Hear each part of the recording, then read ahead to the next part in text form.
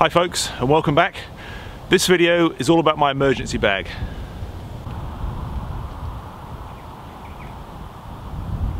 Now I just staged that scenario with my Land Rover breaking down because you know, of course Land Rovers never break down. But in all seriousness, it is a situation you could find yourself in. Now here in the UK that's unlikely to ever become a life-threatening situation because you know, we're a small island and you're never that far away from human habitation.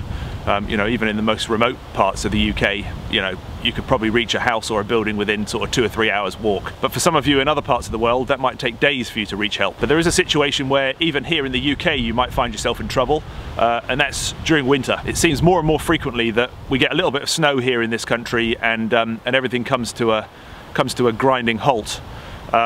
You hear every year of motorists getting trapped in their vehicles overnight, even on big roads, even on motorways. You know, heavy snow comes in, they can't get cleared, traffic comes to a standstill, and people are ending up having to spend the night in their cars. And that's one of the reasons why I've decided to put together an emergency bag to keep in my vehicle.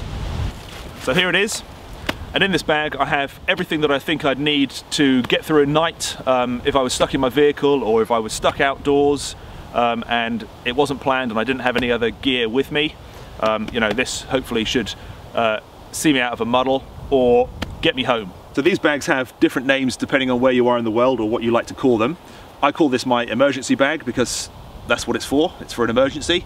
But other people call them bug out bags or get home bags.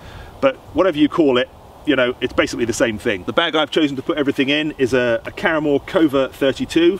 Seemed about the right size, and it had some pockets on it so I could organise stuff in there so it's easier to find gear when I need them. You know, if you're in an emergency situation, you know, your brain doesn't behave in the way that it normally does, and I think it's probably really useful to have things organised, clearly organised in your bag, so you haven't got to worry about, you know, whether you've got this, where it is. So I think if you can just start off on a good foot and have everything organised, that's got to be a good thing in my mind. Okay, in the main compartment I've got a pouch in the top here, which contains a billy can and some food items. I'm going to come back to that in a minute. Underneath that I have a tarp. This is a British Army issue shelter sheet, or a basher they're sometimes known as, and it's they're just good, robust, heavy-duty tarps, loads of tie-out points, and this one is pre-strung with paracord. So I haven't got to worry about that. I know that there's paracord on all the corners, so I can very quickly set myself up a shelter. Now I know the advice if you're in a vehicle and it breaks down is to stay with your vehicle, and that is obviously really good advice, you know, because it's a large thing. It's easier to find when people are coming out looking for you. You know, a vehicle is easier to find than a single person. But there might be situations where you know, you just have to try and make it out on foot. There's no chance you're going to get rescued. You've just got to go on your own and do it. Now in that situation, a camouflaged tarp is probably not the best choice because obviously that's not going to be very easy to find for rescuers either. It's just what I had, so I've put it in there. I will eventually replace this with possibly a tarp that is green on one side and a bright colour on the other. I know you can get some that are bright orange, so you could set it up in order to attract attention to yourself, or you could set it up if you wanted to hide yourself away for whatever reason. So that's my tarp, and then underneath that I have a wool blanket. This is a really good, nice, thick wool blanket. I've used this outside in winter. If you ever saw my 48-hour bushcraft course I went on with Joe O'Leary, this is the one I took with me on that, and it's really good and nice and warm. So that is in there, and you know, a blanket is really versatile. You can use a fire obviously to make up for the shortfall in insulation that this will give you, to keep you warm through a cold night in winter. Okay, so I've got a blanket, and obviously that would be as much use in a vehicle to keep you warm as it would, you know, if you had to go on foot to get yourself out. Okay, let's come back to this billy can and food. This is a 12cm zebra billy, just in a wax canvas pouch. That's probably unnecessary, but it just keeps it all together.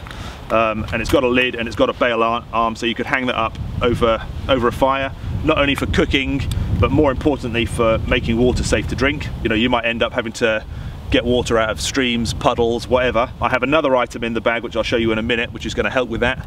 but you know, boiling water is an essential. Okay, inside the billy I have a number of food items. I've got some rice in here. There's probably enough for 3 decent meals there.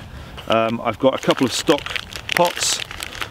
These are really good. They're really tasty. I've got a chicken and a beef one here. They're made by Knorr or Knorr, or however you pronounce that, and they're really good. You could either flavour your rice with it, or you could make up a sort of stew with what you could forage.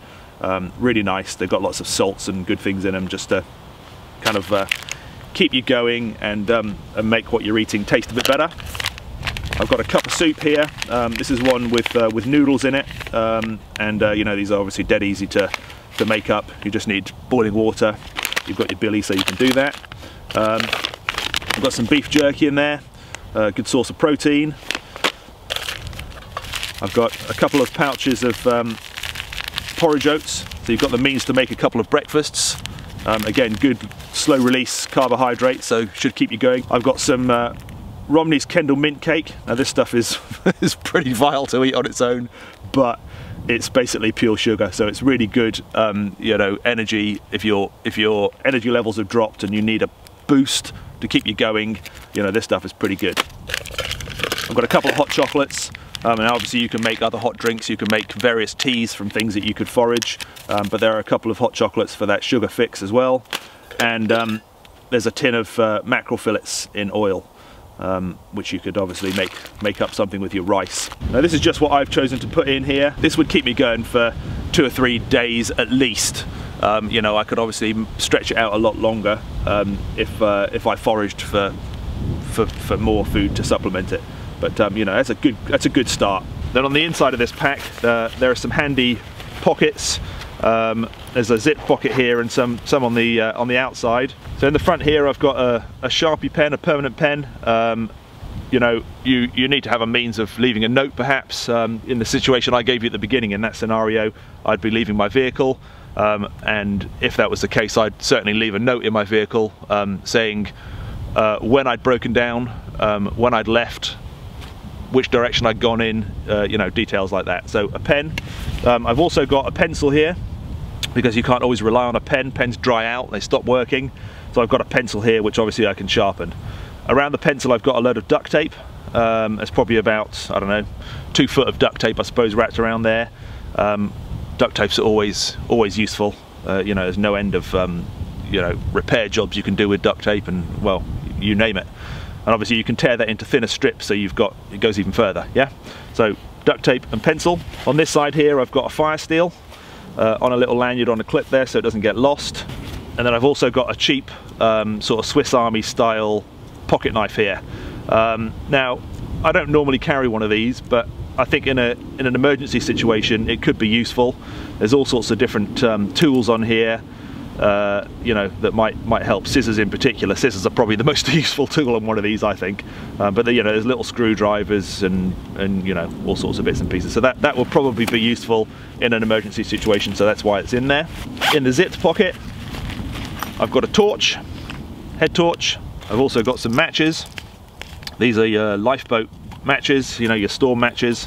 They burn intensely for several seconds, and you can even submerge them in water and pull them out and they'll still be burning, so they're really good in wet conditions. So there's just a few matches in there as a form of fire lighting. I've got a small repair kit here, in which I've got a bit of bicycle inner tube. You know, it's rubbery. You can cut this into strips and use it as fire lighter, as tinder. I've also got some wire for making bits and pieces. You could fashion a pot hanger out of this. You could use it for making a trap or a snare or something to catch game, to supplement your food. All sorts of uses. And then I've got a simple sewing kit here with a needle, thread and a safety pin. I've also got a small packet of paraffin wax here. This has all sorts of uses. It's flammable, so you can use it in fire lighting. You can use it as a lubricant. It's a grease. Yeah, all sorts of uses. I've got a compass. Then I've got a bag in here with some spare batteries for the head torch, AAA batteries, and I've got a small power bank there with a lead that will power up several different types of phone or device.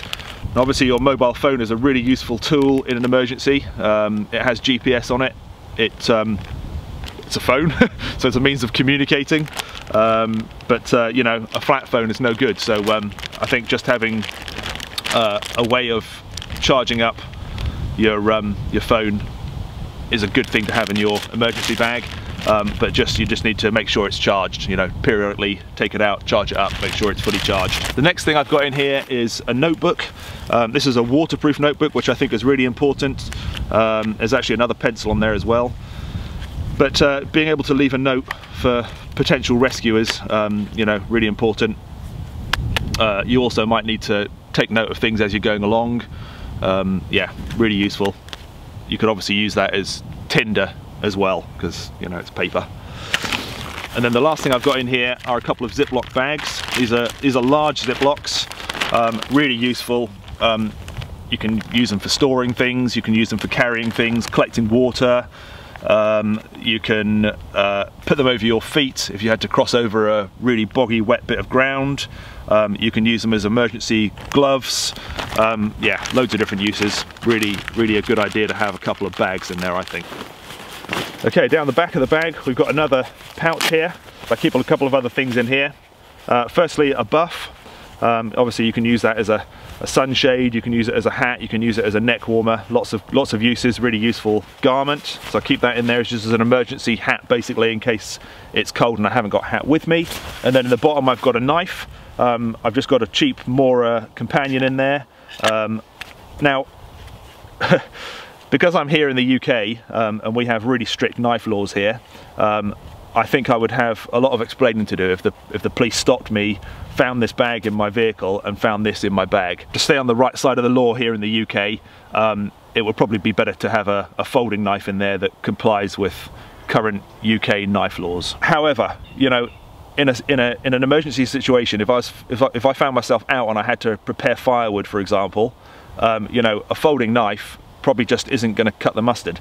I'm going to need something that I can rely on, that I can use to batten wood and you know, do the jobs I would need it to do in order for me to get myself out of a nasty situation, which is why this is in here. So you know, that's obviously a decision you'd have to make. Okay, front pocket. Right at the top in here I've got one of these. This is a Milbank bag. Now if you're not familiar with one of these, it's basically a primary water filter.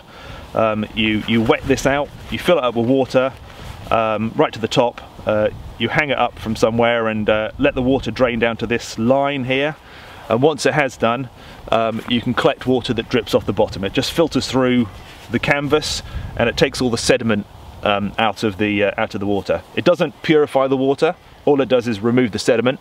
You then have to boil it to make it safe to drink, but that's what I was talking about earlier.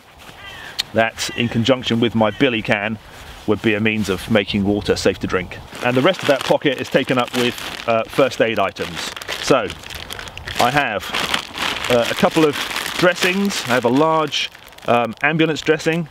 I have a medium-sized dressing, sterile first aid dressing. I've got some plaster, sticky plaster, and some of these dressings here so I can make up wound dressings. I've got a couple of alcohol wipes. I've got some purification tablets so I can very quickly sterilize some water if I haven't got time to boil it. I've got some of these heat pads, these hand warmers. Very difficult to do fine things with cold hands. Even simple tasks it's hard to do when your hands are freezing cold. So these are really useful for warming your hands up so that you can perform those tasks. I've got some Savlon antiseptic cream. I've got a small mirror, which you know, could be used for signalling, as well as getting stuff out of your eyes or whatever. In there I've also got some cable ties, just because they're really useful for repairing things, broken buckles, shoelaces, you know, whatever. And then finally, I've got some medication. I've got some paracetamol and I've got some aspirin. In this side, I've got a saw. You may have seen me use this in a video a while ago. I did a kind of comparison of different saws. This is like a handheld chainsaw. It works pretty well. I was quite surprised with it, and it's really nice and small and compact, doesn't take up very much space. So that's in there. You can obviously use that for preparing firewood, which you could then batten down into thinner pieces with your knife. I've got a lot of Tinder in here. I've put in here some backups that I know do work. So I've got one of those waxed cotton pad pucks, and a couple of these. These are like a wax fire starter as well. They just burn really well. And I've got a load of dryer lint in the bottom of that container. That's really just sort of emergency, or if it's really wet and you're having difficulty, you just want something, you know, that's just going to work really. There's a large hank of paracord. Then in the bottom of that pocket I've got a tin with an alcohol stove or a methylated spirit stove, and 2 bottles of methylated spirits, so that you can get some water on to boil quickly rather than having to light a fire. And then the last thing, in this other side pocket, I keep 2 bottles of water. So there's a litre there in total. So you've got some water that you haven't got to boil, you haven't got to do anything with, it's just there, and you can go.